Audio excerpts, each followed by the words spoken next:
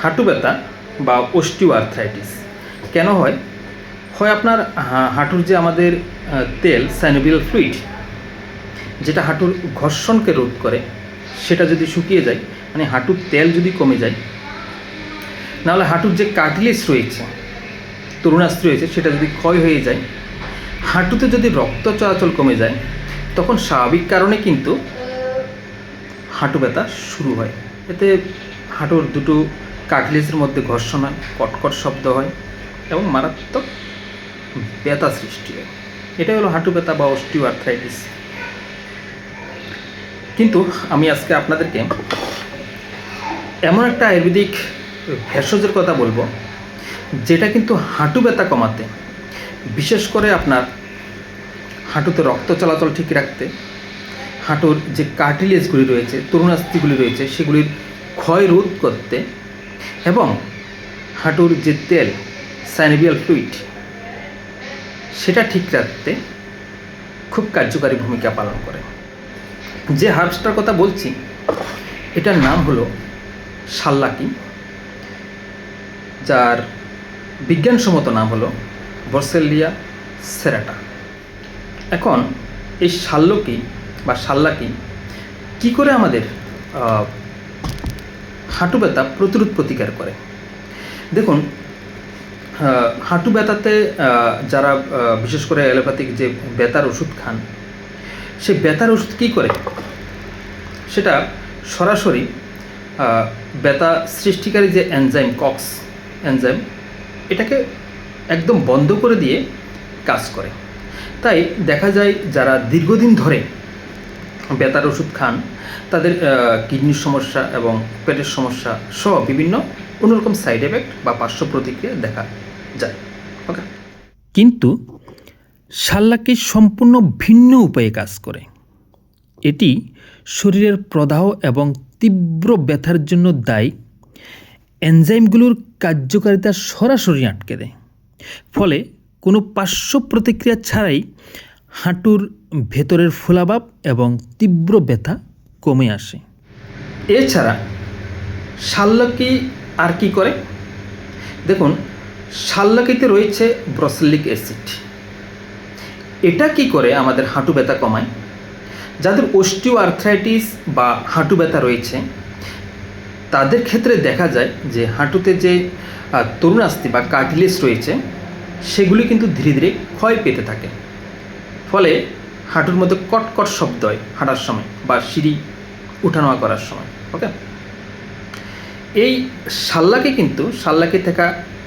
শাল্লাকিতে থাকা যে ব্রসেলিক অ্যাসিড, সেটা কিন্তু হাঁটুর এই যে কার্টিলেজ বা তরুণাস্থিগুলির ক্ষয় প্রতিরোধ করে। ফলে আপনার হাঁটুর মধ্যে যে ইনফ্ল্যামেশন, সেটা কমতে থাকে এবং হাঁটু ব্যথা কমতে থাকে। তো শাল্লাকি কিন্তু আপনার তরুণাস্থি ক্ষয় প্রতিরোধ করে হাঁটু ব্যথা কমাতে সক্ষম। এছাড়া শাল্লাকি আর কি করে? যাদের অস্টিওআর্থ্রাইটিস বা হাঁটু ব্যথা, শুনবেন ওনাদের যে সমস্যাটা হয় সেটা হলো হাঁটুর তেল শুকিয়ে যায়। যে প্রাকৃতিক যে লুব্রিক্যান্ট সাইনোভিয়াল ফ্লুইড, সেটা আস্তে আস্তে কমে যায়, যার জন্য মানে হাঁটুর মধ্যে কটকট শব্দ হয়, হাঁটু ঘর্ষণ হয়, কারণ লুব্রিক্যান্ট কমে যায়, তো তাই ঠিকমতো কাজ করতে পারে না। এই শাল্লাকে কিন্তু প্রাকৃতিকভাবে আপনার সাইনোভিয়াল ফ্লুইড বা হাঁটুর তেলকে বাড়িয়ে দেয়। ফলে স্বাভাবিক কারণে আপনার হাঁটু ব্যথা ধীরে ধীরে কমতে থাকে এবং হাঁটুর যে জোর, সেটা রোগী ফিরে পেতে থাকেন। ওকে, এছাড়া কি করে শাল্লাকি? আমাদের হাঁটুর যে চারপাশে যে রক্তবাহী যে রক্তনালীগুলি রয়েছে, ওইগুলি সংকোচন কমিয়ে দিয়ে হাঁটুর মধ্যে রক্ত চলাচল স্বাভাবিক রাখে, যার জন্য আপনার হাঁটুর যে কার্টিলেজগুলির ক্ষয় রোধ হয় এবং হাঁটু ব্যথা কমতে থাকে। এছাড়া গবেষণায় দেখা গেছে যে যারা দীর্ঘদিন ধরে শাল্লাকি ইউজ করেন, কোনো মেডিসিন ইউজ করলে তার সাধারণত কী হয়, বিভিন্ন পার্শ্ব প্রতিক্রিয়া দেখা দিতে পারে। কিন্তু শাল্লাকের ক্ষেত্রে দীর্ঘদিন যদি কেউ শাল্লাকি ইউজ করে, তার তো কোনো পার্শ্ব প্রতিক্রিয়া হয় না, উপরন্তু রক্তের যে সি রিঅ্যাক্টিভ প্রোটিন এবং এরিথ্রোসাইট সেডিমেন্টেশন রেট এগুলি কিন্তু উল্লেখযোগ্যভাবে একদম চোখে পড়ার মতন কমিয়ে দেয়। এতেই প্রমাণিত হয় যে দীর্ঘদিন ধরে যদি কেউ শাল্লাকে ইউজ করেন তাহলে কিন্তু হাঁটু ব্যথা একদম গোড়া থেকে ধীরে ধীরে ঠিক হতে পারে। ওকে, এটা কিন্তু প্রমাণিত। তো আপনাদের যাদের হাঁটু ব্যথা রয়েছে বা অস্টিও আর্থ্রাইটিস নিয়ে যারা কষ্ট পাচ্ছেন তারা কিন্তু এই শাল্লাকি ডক্টরের পরামর্শ মতো নিতে পারেন। ওকে, অবশ্যই এটা মেডিসিন, তাই আমি এভাবে খেতে বলবো না, ডক্টরের পরামর্শ মতো নেবেন। আমাদের যে বিভিন্ন পেশেন্টের উপর আমরা অ্যাপ্লাই করে এর রেজাল্ট পেয়েছি, সঙ্গে আমাদের তো থেরাপি রয়েছে। ওকে, ধন্যবাদ। কত বছর হয়েছে হাঁটু ব্যথাটা? 2 বছরের উপরে। 2 বছরের উপরে। 1 বছর আমি হ্যাঁ, এই অ্যালোপ্যাথি চিকিৎসা আচ্ছা হাড়ের ডাক্তার দেখাইছি। আচ্ছা আচ্ছা, সবাই বলছে যে হাড়ের ডাক্তার দেখাও, তোমার যখন হাঁটুতে বা সমস্যা। হুম, তো হাড়ের ডাক্তার দেখাইছি, সোনামুড়াতে দেখাইছি, তাও এই আগরতলাতে আইয়া বসে সোনামুড়া ডাক্তার এখানে দেখাইছি। এখান থেকে ওষুধ খাইছি কিছুদিন, এরপরে কইছে যে ডাক্তারে কইছে যে আমি তো আগরতলাতে বসি, তুমি আগরতলাতে যাও। আগরতলাতেও দেখাইছি। আবার এছাড়া অন্য ডাক্তারও আবার অন্যের নামও কইছে যে অন্যের কাছে দেখাও, ওইটাও দেখাইছি। ওষুধ খাইতে আসি, দেখাইতে আসি, কমছে না। তারপর গেছি, এরপরে শিলচর 2 বার করে গেছি। এই আগরতলার ডাক্তার দেখাইছি যে আমার হাঁটুতে ইনজেকশন দিছে 2 হাঁটুতে। আচ্ছা আচ্ছা, 2 হাঁটুতে 5টা ইনজেকশন দেওয়া। আচ্ছা, এক লগে না,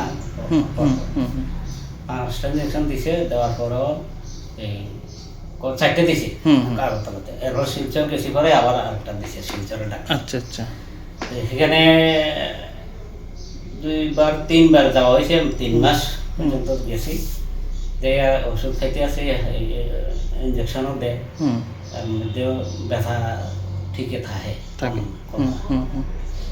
এরপরে এটা বন্ধ দিয়ে আবার নিজে ইচ্ছা করে এটা বন্ধ করে আপনার কাছে আমরা এদিকের লোক একজন আইতো, হ্যাঁ কইলো যে উদয়পুরের মুখ জায়গাতে। আচ্ছা আচ্ছা, এই বর্মাবাড়ি এখানে ডাক্তার আছে, তুমি দেখাও। আচ্ছা, কি ডাক্তার? আয়ুর্বেদিক। ঠিক আছে, আমারও ইচ্ছা যে আয়ুর্বেদিক দেখানো। আচ্ছা, আগে কি সমস্যা হতো? সমস্যা নেই, মানে আগে নিচে বসতে পারতাম না। হাঁটতে সময় মস্কালে যেরকম হাঁটতে 1 পায়ে ভর করতে পারতাম না। আচ্ছা আচ্ছা আচ্ছা, 1 পায়ে ভর করে খাইতে পারতাম না। আচ্ছা, 2 পায়ে ভর লাগতো। আচ্ছা, হাঁটতে সময় 1 পায়ে ভর লাগে, তো আচ্ছা এইভাবে হাঁটা লাগতো। আচ্ছা আচ্ছা, তারপরে এই ওষুধ খাইতে এটাও কন্ট্রোল হয়েছে। আগে নামাজ টামাজ পড়তে অসুবিধা তো? হ্যাঁ, নামাজ পড়তে অসুবিধা হতো, চেয়ারে বইয়া পড়া লাগতো, নিচে বইয়া পড়তাম। এখন পারেন? এখন না, হ্যাঁ এখন আপনার ওই নিচে বইয়ে নামাজ করি, বাথরুমে যাই, সমস্যা নাই। আমার কমোড বয়সে আমি ছিলাম, পরে এই সমস্যা থেকে ছেলেরা কমোড বয়সে, কমোডে ভালো গেছি না, গেছি না, ভালো। বাহ, ভালো।